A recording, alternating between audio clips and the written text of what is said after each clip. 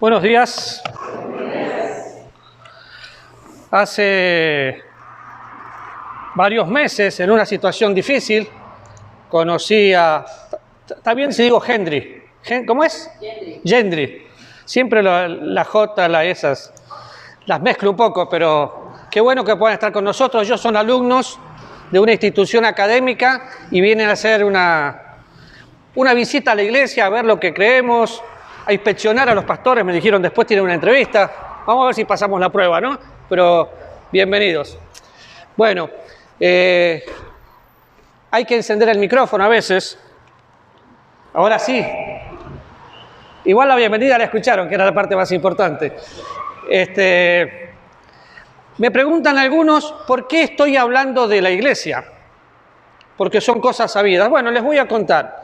Yo recibí de parte de alguien de ustedes que viene de otra iglesia, y entonces recibí la declaración de fe. La declaración de fe es el estatuto, le llaman algunos, todo lo que una iglesia cree. Y es sorprendente ver la variedad de posiciones que están basadas en tradiciones y no en la Biblia. Entonces, ¿qué decidimos? Decidimos enseñar lo que la Biblia dice. ¿Por qué? Una de las metas que tenemos como iglesia es poder enseñar la Biblia en una forma profundamente práctica, literal y de acuerdo al contexto. Por eso estamos enseñando diferentes cosas. Y tal vez la parte más difícil de entender es que muchos de ustedes han sido parte de una iglesia y nunca supieron lo que su iglesia creía. Por eso es importante que vengan los miércoles. Los miércoles estamos estudiando Efesios, discutimos, traemos materiales, buscamos posiciones, pero nunca buscamos lo que cree una denominación, sino lo que dice la Biblia. Se sorprendería de ver la cantidad de bautistas que hay. ¿Nosotros somos bautistas? Sí. ¿Por qué? Porque el fundador de este lugar fue un hermano bautista muy fiel que dedicó su vida a servir al Señor y construyó este local. ¿Y eso nos hace bautistas? No, nosotros somos ante que todo cristianos. Que defendemos la Biblia, que amamos a Dios y que siempre vamos a enseñar lo que la Biblia dice. Pero va a encontrar más de 60 grupos bautistas diferentes y muchos de ellos basan su doctrina en costumbres que se fueron haciendo doctrina con el tiempo. Así que, para resumir un poco, usted si ya es miembro de la iglesia, usted ya leyó lo que nosotros creemos. Y me encantaría preguntarle, ¿lo leyó y lo entendió? ¿O solamente lo firmó? Algunos veo que se están preguntando ahí, ¿lo leíste? No tengo idea de qué me estás hablando. Y me hacen acordar a Hechos 19 cuando le preguntan, ¿había Espíritu Santo? ¿De qué me estás hablando? ¿Se acuerdan? Discípulos de Juan con discípulos de Jesús. Pero, rápidamente, algunas iglesias creen que la iglesia comienza en el Antiguo Testamento y mezclan Israel con la iglesia. Por eso vemos los errores que vemos de gente que pide primicias, de gente que exige pactos, cuando en realidad el hombre nunca pacta con Dios, es Dios que pactó con el hombre. Y vemos un montón de errores. Vemos otros que les da alergia pensar si un hermano tiene ciertos dones o no en cuanto a los dones carismáticos. Pero resulta que empiezan la iglesia en el Evangelio y ven a la iglesia empezando con la cruz de Cristo o empezando Jesús recorriendo Galilea y enseñando, cuando en realidad no puede comenzar ahí. ¿Por qué? Porque para que haya un cuerpo terrenal tiene que haber una cabeza celestial. Si Cristo no ascendía, no descendía el Espíritu Santo. Si nosotros decimos que la iglesia comenzó en el Evangelio, entonces hoy estarían operativos, don de lengua, milagros, profetas y un montón de cosas que sabemos que hoy no son necesarias. Pero no tendrían cómo defenderlo. Por eso hay gente que busca versículos por acá y versículos por acá para defender una posición indefendible si no ubican la iglesia dentro de lo que Dios estableció. Entonces, lo han escuchado muchas veces y pregunten todo lo que quieran. Se sorprenderían si les muestro por escrito una declaración de fe que tengo por ahí de una iglesia, pero Dentro de las creencias está también aquellos que no creen en la iglesia como familia de Dios. Y usted dice, ¿pero cómo pueden creer eso? Bueno, hay gusto para todos. No creen en eso, solamente creen en iglesias locales. ¿Por qué sacan esa idea? Bueno, sacan esa idea porque mezclan la iglesia con Israel, sacan esa idea porque malinterpretan la cena del Señor cuando el Señor participó de la cena junto con sus discípulos, como una fiesta de familia, y si bien es cierto, es una fiesta de familia, no tiene nada que ver con la iglesia. Sacan eso de contexto porque también la palabra eclesia, que es la única que hay, se translitera al hebreo y al griego, en el Antiguo Testamento la ve como congregación, en el Nuevo Testamento la sigue viendo igual, pero la palabra eclesia se utiliza para iglesia como iglesia de Cristo o para reunión política, porque es como reunirse. Podríamos ver diferentes palabras. Ahora, la palabra eclesia se traduce más de 100 veces y 90 y tanto habla de iglesias locales y el resto habla de cuerpo de Cristo. Pero cuando pensamos en iglesias locales, en el comienzo de la iglesia, ¿a qué nos referimos? A regiones. Eran la iglesia de Galacia, no era una iglesia, era el grupo de iglesias. Y las iglesias empezaron en grupos de familia. Ahora, usted va a encontrar, ahora van a poner ahí, diferentes figuras que la Biblia habla en cuanto a la iglesia. La primera es, la iglesia es la esposa. ¿La esposa de quién? De Cristo. Y a veces ni siquiera sabemos eso. A mí no me gusta ser el novio de nadie, dije el otro día, pero soy el novio de Cristo y soy la novia, de Cristo, y es la iglesia. En Efesios capítulo 5, y usted tiene que graficar todo lo que dice Efesios, habla de la iglesia, pero usa la figura del matrimonio. El matrimonio, hombre y mujer, pero lo usa como la iglesia. ¿Por qué? Porque es la mejor manera de poder poner en alto la primera institución que Dios formó, que es el matrimonio. Pero, solamente para que tenga una idea, en los primeros capítulos, porque siempre decimos, bueno, el libro de Efesios en el capítulo 3 habla del misterio de la iglesia, y es cierto. ¿Qué misterio? Un misterio que estaba escondido, un misterio que no había sido revelado porque los profetas no vieron la iglesia, un misterio que es puesto a la luz por el apóstol Pablo. Pedro, por ejemplo, tenía las llaves del reino y Pedro utilizó las llaves de la iglesia también para predicar a judíos, a samaritanos y a gentiles. Pero es Pablo el que da a conocer eso. Y si usted hace toda una lectura por el libro de Efesios, que espero que la haga, se va a dar cuenta que en los primeros 3 capítulos nos habla de las bendiciones que nosotros tenemos en Cristo. Capítulo 1, todas las bendiciones. En el capítulo 2 nos habla de nuestra salvación por fe en Cristo Jesús, empezando el apóstol a decir que estábamos muertos por delitos y pecados, que nos da vida juntamente con Cristo, pero termina hablando de la iglesia. Y en los 3 capítulos habla de diferentes maneras como un sinónimo de la iglesia. Llegamos al capítulo 4, nos muestra nuestro andar.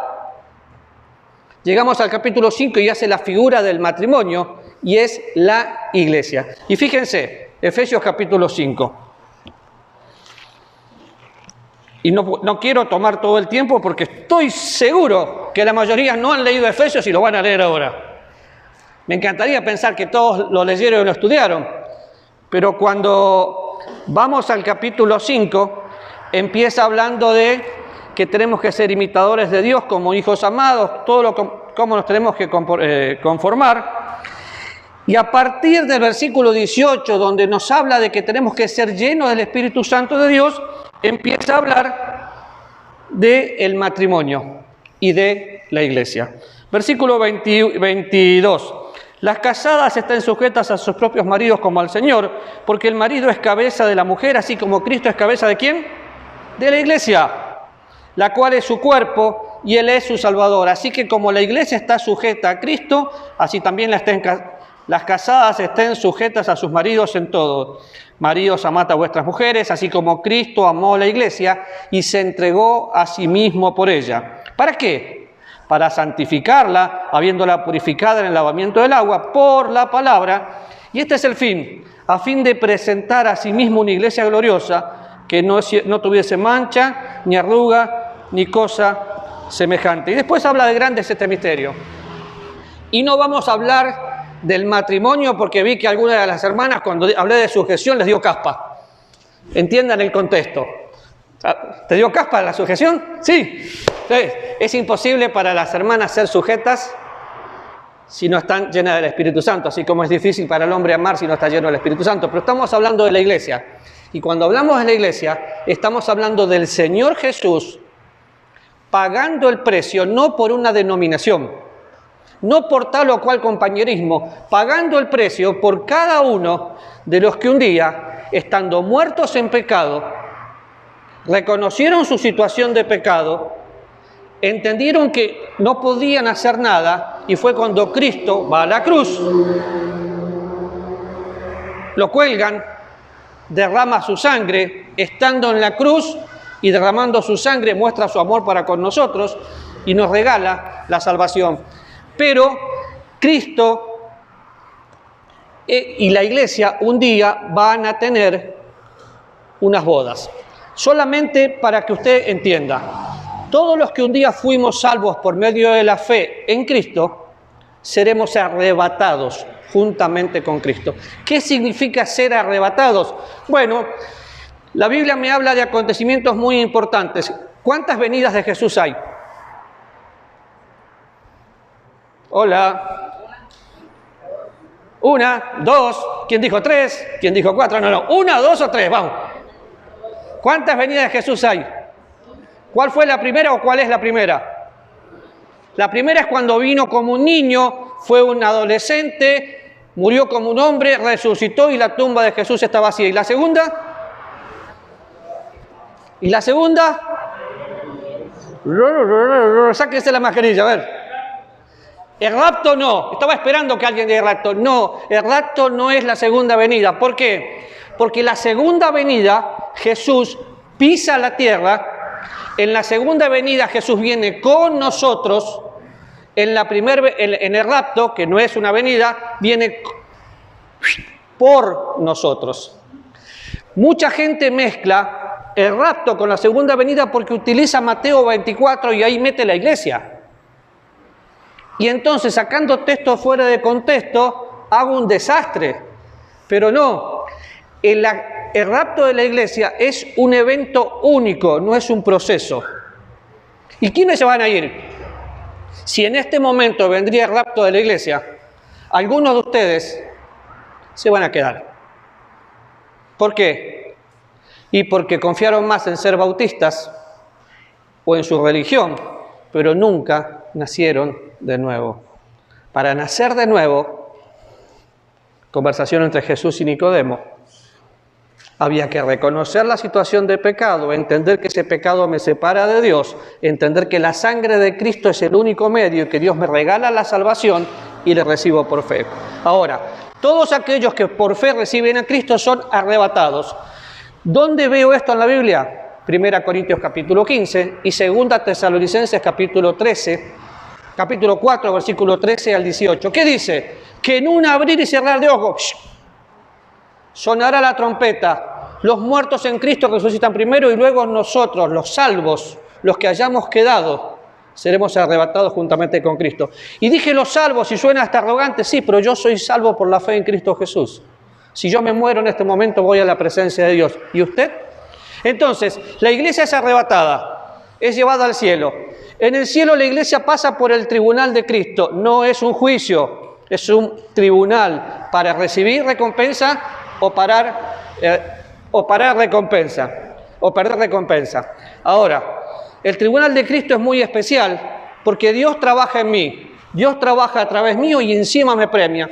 Después de eso vemos que la iglesia pasa por las bodas del Cordero. Y todo eso sucede en el cielo, mientras aquí el programa de Dios para con Israel es la tribulación, la gran tribulación y todos los juicios que usted ve en el Apocalipsis. ¿Sí? Entonces la iglesia pasa al estado eterno, pero en las bodas del Cordero es una boda, es donde se consuma todo lo que estaba establecido. Por eso habla de la esposa de Cristo. ¿Qué más pensamos o qué más vemos en la Biblia? Vemos la iglesia como una, ¿qué dice la segunda ahí? Por eso lo pusieron para que lo lea, familia, familia. En el mismo libro de Efesios, capítulo 2, versículo 19, dice, así que ya no sois extranjeros ni advenedizos, sino conciudadanos de los santos y miembros de la familia de Dios. Conciudadanos de los santos. Acá hay un santo y compartimos juntos. Somos conciudadanos de los santos. Pero más que eso, somos miembros de la familia de Dios. Y esta es la parte que a veces es muy sectaria para los que se creen únicos. Todo aquel que nació de nuevo es parte de la familia de Dios, no importa si está en Europa o en Sudamérica. Nacieron de nuevo, son parte de la familia de Dios. La pregunta de muchos, bueno, los que no creen en la familia de Dios es porque les incomoda pensar en la palabra iglesia universal o iglesia invisible. Y entonces tratan de justificar eso y dicen, no, lo que pasa es que la iglesia universal empezó con Constantino y te hacen todo un montón de cuentos que nada que ver con la Biblia, es pura historia. Pero se olvidan lo que la Biblia dice. Somos conciudadanos de los santos y miembros de la familia de Dios. ¿Qué me hace miembro de la familia de Dios? El estar en Cristo. Y fíjense, no solo dice conciudadanos de los santos y miembros de la familia de Dios, sino que en el versículo 22 dice, en quien vosotros también sois juntamente edificados para morada de Dios en el Espíritu. Morada de Dios en el Espíritu. En el versículo 23 del capítulo 1 terminaba diciendo, la cual es su cuerpo, la plenitud de aquel que todo lo llena en todo. Y aquí, la morada de Dios. El cuerpo de Cristo, la familia de Dios, es donde vive Dios. Y vemos una descripción en diferentes partes de la Biblia como que nosotros somos familia. Y tal vez se perdió el concepto de familia. Yo entiendo que en la familia hay pleitos y diferentes cosas que nunca debería haber. Pero el precio por el cual usted y yo somos familia es la sangre de Cristo. No es cualquier cosa. Cuando pienso, bueno, ¿cuánto vale esta persona? Esa persona vale lo que Cristo pagó en la cruz. Somos su especial tesoro. Valemos demasiado. A veces no nos valoramos nosotros mismos, pero valemos demasiado para Dios. Entonces, somos familia. Cuando pensamos en ser familia, vamos a encontrar ese mismo concepto en diferentes lugares. Fíjese, capítulo 6 de Efesios, versículo 10. ¿Qué hace una familia? Una familia se fortalece. Ahora, nosotros como familia de Dios, ¿cómo nos fortalecemos? Nos fortalecemos en Él. Y el apóstol Pablo dice así, por lo demás, hermanos, fortaleceos en el Señor y en el poder de su fuerza, y habla cómo me tengo que vestir. Porque definitivamente como familia vamos a tener luchas. Toda familia común tiene pleitos, y la familia cristiana tiene luchas. ¿Contra quién? Contra principados, potestades, contra el mismo Satanás. Y como familia nos fortalecemos. ¿Por qué nos fortalecemos? Porque como familia somos un cuerpo. Somos el cuerpo de Cristo. 1 Corintios 12, si quiere lo busca, me habla de esta verdad. Y es una verdad innegable. Ahora, definitivamente, toda persona que nació de nuevo, toda persona que recibe a Jesús como Salvador, es parte de la familia de Dios y es parte de la iglesia. No puede existir, porque es incongruente, una persona que dice, yo soy salvo, soy parte de la iglesia, pero no me congrego en ningún lado. Es una incoherencia, es una irresponsabilidad, es falta de haber entendido la salvación. ¿Por qué? Porque el que es salvo por medio de la fe va a amar a Dios y por consecuencia va a amar lo que Dios ama. Entonces, no se congrega porque es domingo y tiene que cumplir. Se congrega porque ama a Dios y quiere estar con la familia de Dios. No se bautiza porque el pastor lo obliga, se bautiza porque se identifica. No ofrenda porque es su obligación y porque Dios lo va a maldecir si no ofrenda. ofrenda porque es un privilegio. Y cada mandato que vemos en la Biblia es un privilegio que nosotros tenemos, pero somos familia. Ahora, yo no sé cómo hay gente que puede negar esto o cómo explican esto aquellos que solamente creen. Si ustedes se acuerdan, el último día que enseñé hablé iglesia como cuerpo de Cristo, iglesia local. Los que creen solamente en la iglesia local, ¿qué hacen con este versículo? Si yo creo solamente en la iglesia local, significa que voy a tener que entrar en muchas barbaridades como estas. El único autorizado a bautizar es el pastor o los misioneros. ¿Dónde sacan eso? Es que hay que venir de la línea de Juan el Bautista. Cuidado, porque a Juan el Bautista le cortaron la cabeza, que no te hagan lo mismo. ¿Quién puede bautizar? Puede bautizar cualquier persona de buen testimonio, sea el pastor, sea un diácono o sea un miembro fiel de la iglesia, y no necesita venir de la línea arónica, porque no somos judíos. ¿Qué otro problema se encuentran los que solamente creen en la iglesia como iglesia local? Vuelven a rebautizar, porque aquel bautismo no es válido. ¿Qué utilizan? Utilizan Hechos capítulo 19, que si ustedes leen todo el contexto, era Evangelio del Reino contra Evangelio de la Gracia. No tiene nada que ver con la iglesia de hoy. Aquí tengo que volver a bautizar a una persona no salva. Y así podemos encontrar muchos otros problemas con los que creen eso, pero somos un cuerpo. Y solamente fíjense, en el capítulo 12 me habla de dones espirituales. ¿Qué es un don espiritual? Un don espiritual es una capacidad que otorga el Señor a sus hijos en el momento de ser salvos para que le puedan servir. Entonces alguien dice, yo no puedo servir porque no tengo la capacidad. Usted no se preocupe. Dios le llama y Dios le capacita. Es tan simple como esto. Me cuesta mucho amar. Entonces, ¿qué hizo Dios? Derramó su amor en mi corazón para que yo pueda amar por su Espíritu Santo. Cuando empieza el capítulo dice, hermanos, no queremos que ignoren acerca de los dones. ¿Por qué? Porque había muchos problemas en la iglesia de Corintios. Y habla de dones espirituales. Versículo 4. De hecho, en el versículo 4, 5 y 6 me habla de la Trinidad. Ahora bien, hay diversidad de dones, pero el Espíritu es el... Ahora, hay diversidad de ministerios, pero el Señor es el mismo. Hay diversidad de operaciones, pero Dios que hace todas las cosas es el mismo. Espíritu, Señor y Dios. ¿Se dieron cuenta que está invertido? ¡Qué herejía! No dice Padre, Hijo y Espíritu Santo, dice al revés. Es que Dios no tiene posiciones. A veces pensamos, no, es el Padre, es el Hijo y es el Espíritu Santo. Para que nosotros lo podamos entender, sí. Pero Dios Padre, Dios Hijo y Dios Espíritu Santo, los tres son uno.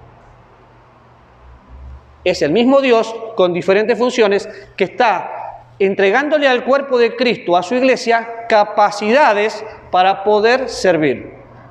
Entonces, si usted me dice, no tengo nada que hacer en la iglesia local. Bueno, cuando usted nació de nuevo, Dios le regaló un don. Puede ser que sea evangelista, puede ser que sea maestro, puede ser que sea pastor, puede ser que tenga misericordia, puede ser el don de dar. Hay una lista de dones. Cuando piensa en la lista de dones, tiene que pensar en 1 Corintios y en Romanos habla de dones. Son ese regalo de Dios que usted y yo recibimos al momento de ser salvos, y un don espiritual, una capacidad dada por Dios para poder servirle. Una vez que descubro cuál es mi don, ¿qué tengo que hacer? Desarrollarlo, ponerlo en práctica. Si una persona no hace ejercicio, se atrofian los músculos. Si una persona tiene dones, ¿y para qué es el don? ¿Para beneficio propio? No. Si yo soy un maestro, tengo que enseñar para formar maestros. Si soy un evangelista, no solo voy a evangelizar, voy a formar evangelistas. Porque el propósito de los dones es equipar a los santos para que hagan el ministerio. La tercera lista de dones la encuentra en el libro de Efesios. Y fueron los dones de edificación de la iglesia. Evangelistas, pastores, maestros, profetas y diferentes cosas que en ese momento eran necesarias. Pero usted y yo tenemos un don. ¿Por qué? Versículo 7. Pero a cada uno les da la manifestación del Espíritu para provecho, porque a este es dada por el Espíritu palabra de sabiduría, y empiezan todos los dones. Pero Dios da los dones como Él quiere. Los dones espirituales no se piden a capricho. Dios te los da. Entonces yo no puedo pedir ser un pastor, no. ¿Puedo pedir tener misericordia? No, pero déjeme decirle que misericordia todos la podemos ejercitar. ¿Por qué? Porque también es un mandato y también es fruto del Espíritu. Ahora, en el mismo capítulo habla de cuerpo y vamos a mirar algunos versículos. Versículo 12, vayan conmigo. Porque así como el cuerpo es uno y tiene ¿cuántos miembros? Muchos miembros, pero todos los miembros del cuerpo, siendo muchos, son un solo cuerpo, así también Cristo. Qué raro, ¿no? Somos muchos, pero es uno. Es que lo termina de explicar acá y lo vemos con nuestro cuerpo. Yo ayer, o antes de ayer, no me acuerdo, me tomé un medicamento que me cayó mal al estómago y me dolía la cabeza. ¿Qué tiene que ver el estómago con la cabeza? Que tengo un solo cuerpo. Que va trabajando juntos. Entonces, como algo se afectó en mi hígado, seguramente me dolía la cabeza. Bueno, es lo que está diciendo aquí. Somos familia y somos un cuerpo. Fíjense conmigo. En el versículo 13 me habla de un solo espíritu, no importa si son judíos o griegos, esclavos o libres, y que a todos se nos dio a beber del mismo espíritu. ¿Qué está diciendo el apóstol Pablo aquí? Está diciendo que en el momento que creo que soy pecador, creo que el pecado me separa de Dios, creo que no hay opción para ser salvo si no es por medio de Cristo cuando me ama y derrama su sangre por mí, que la obra de Cristo es perfecta. Cuando creo y entiendo eso y le pido que sea mi Salvador, Él me coloca en Cristo, me coloca en su cuerpo y por un solo espíritu somos todos bautizados. ¿Qué es bautizado? Metido dentro, así palabra fácil, de un cuerpo. Somos parte del cuerpo de Cristo. Así que usted y yo nos necesitamos. Y esto me muestra algo que lo he dicho muchas veces. Ay, es que ella no me cae bien, pero le cae bien a Dios. Si le cae bien a Dios, me tiene que caer bien a mí. ¿Por qué? Porque en el cielo estaremos juntos y porque somos el mismo cuerpo. Imagínense, leamos lo que sigue. Además, versículo 14, el cuerpo no es un solo miembro, sino muchos. Si dijere el pie, porque no soy mano, no soy del cuerpo, por eso no seré del cuerpo. Si dijere la oreja, porque no soy ojo, no soy del cuerpo, por eso no soy del cuerpo. Y si todo el cuerpo fuere ojo, ¿dónde estaría el oído? Y si todos fuesen oído, ¿dónde estaría el olfato? Mas ahora Dios ha colocado los miembros, cada uno de ellos en el cuerpo, como Él quiso. Y podríamos seguir leyendo todo el capítulo, pero versículo 26 dice, de manera que si un miembro padece, todos los miembros se duelen con él. Y si un miembro recibe honra, todos los miembros se gozan con él. Vosotros pues sois el cuerpo de Cristo y miembros cada uno en particular. Y creo que tenemos que aprender a valorar lo que la Biblia está diciendo. Si usted se está gozando, yo me gozo. Si usted tiene un problema, yo tengo que sufrir ese problema. ¿Por qué? Porque somos el cuerpo de Cristo. ¿Cómo se siente usted cuando una persona triunfa? Yo me siento bien porque estamos triunfando juntos. Y si a la persona le va mal, me tengo que sentir mal y tengo que ver cómo lo ayudo porque somos parte del cuerpo de Cristo. ¿Se da cuenta lo importante que es entender el cuerpo de Cristo en su totalidad? Si entendiéramos lo que es la iglesia, podríamos amar como Dios ama y no habría ningún necesitado entre nosotros. Y no me refiero a necesitado a la parte económica, ningún solitario, ningún carente de amor. ¿Por qué? Porque nos preocuparíamos unos por otros, porque somos el cuerpo de Cristo. Miembros cada uno en particular, pero parte del mismo cuerpo. Así que, pensamos en imágenes, sí, es una esposa, es una familia, es un cuerpo, pero somos el templo. Somos el templo. En el Antiguo Testamento, Dios venía, tomaba a una persona, ponía el Espíritu Santo, cumplía una función y se iba. Pero Dios no habita hoy en templos hechos de manos. Ya no tenemos necesidad de un tabernáculo. Hoy Dios vive en mí. Dios vive en usted. Y qué interesante, porque había pecado en la iglesia de Corintios. Aún así les llama santos. Y fíjese, versículos 19 y 20 del capítulo 6. Después que los confronta con todo lo que estaba pasando, les dice una verdad para cambiar. ¿Por qué? Porque la verdad de Dios puede ser que a veces duela, pero siempre es para corregir por amor. Y le dice el apóstol Pablo, no sean ignorantes. Uy, qué duro, ¿no? ¿O ignoráis que vuestro cuerpo es templo del Espíritu Santo de Dios? ¿Mi cuerpo? Sí. Lo entienda o no lo entienda, lo sienta o no lo sienta, es una verdad que declara Dios. Mi cuerpo es templo del Espíritu Santo de Dios. Así que todo lo que yo hago, Dios lo va haciendo conmigo. Como yo trato a la otra persona, estoy manifestando el amor de Dios para con otras personas. ¿Qué tiene que ver la gente en mí? A Cristo. Y si la gente no ve a Cristo en mí, hay un problema grave. O no tengo a Cristo, o soy un cristiano carnal. Pero separados de Él, nada podemos hacer. Y fíjense, lo dije de memoria, pero leyéndolo literal. ¿O ignoráis que vuestro cuerpo es templo del Espíritu Santo de Dios, el cual está en vosotros, el cual tenéis de Dios y que no sois vuestros? ¿Por qué le hace esta comparación?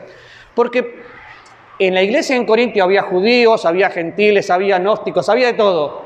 Pero ellos tenían muy claro algo. Dios vivía en un templo. Ahora Dios le dice, olvídense de eso. Ahora ustedes son el templo. ¿Saben que malentendiendo esto, mucha gente va al templo y hace sagrados ciertos lugares que no son sagrados? Pero eso no solo pasa dentro de la iglesia cristiana, eso pasa... En Argentina está el Gauchito Gil. Más Gil que Gauchito, pero bueno, el que lea entienda. Y resulta que la gente va y adora al Gauchito Gil y le pone botellitas con velas y cosas así. Hicieron el templo, es un santo. Brujería pura. Es hechicería, lo podríamos criticar. Bueno, mucha gente nacida de nuevo, con poco estudio de la Biblia, santifica más el lugar que su propio cuerpo. Vamos el domingo a la iglesia, al lugar santo, te invito a la casa de Dios. Vos sos la casa de Dios. Entonces hago lo que quiero acá. No, la voy a cuidar, porque es el lugar donde la iglesia viene junta. Pero el día que entiendo que yo soy la casa de Dios, todo es diferente. ¿Cómo sigue el versículo? Versículo 20. Porque habéis sido comprados por precio. Glorificad a Dios en vuestro cuerpo y vuestro espíritu. Y vuelve a repetir el mismo concepto. Si ustedes se fijan, en el versículo 19 dice que no sois vuestros. ¿Por qué? Porque somos de Dios. A fin del versículo 20 dice, en vuestro espíritu, los cuales son de Dios. Le pertenecemos a Dios por paternidad. Él nos compró. ¿Con qué nos compró? Con un precio muy caro. Claro, la mayoría de las veces no se valora la salvación, porque se cuenta como algo histórico. Sí, Cristo murió. Yo creo que la película La Pasión se queda corta al ver todo el sufrimiento que muestra ahí, porque fue mucho más. Ese precio que Jesús pagó para que usted y yo seamos su cuerpo, su templo, fue muy caro, porque Jesús sufrió emocionalmente, Jesús sufrió espiritualmente, Jesús sufrió físicamente. Y fíjese, emocionalmente lo negaron, lo dejaron solo. Espiritualmente todo el peso del mundo cayó sobre él y el Señor lo desamparó. Y físicamente fue ultrajado de todas las maneras. Pero lo hizo para que usted y yo podamos hacer algo: glorificar a Él en todo. Pero yo me voy a gloriar en mis dones. Todos nosotros tenemos habilidades naturales. Pero la única habilidad que funciona es cuando mi competencia proviene de Dios. ¿Y cómo podemos pensar en eso? Bueno, el apóstol Pablo se ocupa de decirnos eso en el versículo 31 30 y 31 de 1 Corintios. Voy a leer del 29, pensando en que lo vil del mundo escogió Dios para avergonzar a los sabios. Pablo dice, a fin de que nadie se jacte en su presencia, mas por él estáis vosotros en Cristo Jesús, el cual nos ha sido hecho por Dios sabiduría, justificación, santificación y redención. Como está escrito, el que se gloría, gloríese ¿en qué? En el Señor. Somos los portadores de la gloria de Dios. Y usted y yo tenemos un privilegio y una terrible responsabilidad. Nuestros más cercanos, la gente que nos ve, tiene que ver a Jesús. Si no ve a Jesús, es porque estamos llenos de religión, pero con poco cristianismo. Y hay gente que se preocupa más de vivir la vida cristiana que de vivir a Cristo. Y son dos cosas muy diferentes. Vivir la vida cristiana puede ser una actuación, pero estar en Cristo es algo totalmente diferente que lleva transformación a la vida. ¿Por qué? Porque ya no soy lo que era, estoy en Cristo. Entonces el que se gloría, gloríese en el Señor. Y termino con esto. Pablo nos habla en sus escritos de la familia de Dios y familia de la fe. La fe es el medio que nos ha hecho parte de esta familia celestial en la cual hemos sido incorporados en Cristo. Y usted lo está leyendo. La fe es el medio en el cual hemos sido incorporados en Cristo. Y el versículo que está ahí dice, porque por gracia sois salvos por medio de la fe. Y esto no es de vosotros, pues es don de Dios, no por obras para que nadie se gloríe. Cuando pensamos en gracia, es que Dios me da lo que no merezco. Entonces, yo quiero preguntarle si usted es parte de la familia de Dios. Sí, pero el domingo vengo a la iglesia y ya firmé la membresía. No sé si se acuerda de haber leído la biografía de Juan Wesley en el año 1571 o 76, no recuerdo bien. Ya era un misionero, era parte de un club de cristianos para poder mejorar la vida cristiana, pero no tenía a Cristo. Y ese día nació de nuevo. ¿Cómo nació de nuevo? Estaban leyendo el comentario de Romanos que había escrito Lutero y él se dio cuenta que no tenía a Cristo porque el justo es justificado por la fe. Pero era un predicador, sí, pero no tenía a Cristo. Entonces, por gracia soy salvo por medio de la fe. ¿Qué es salvación? Salvación es estar seguro en este momento de que mi destino está sellado con el Señor, de que mi vida está puesta en Cristo.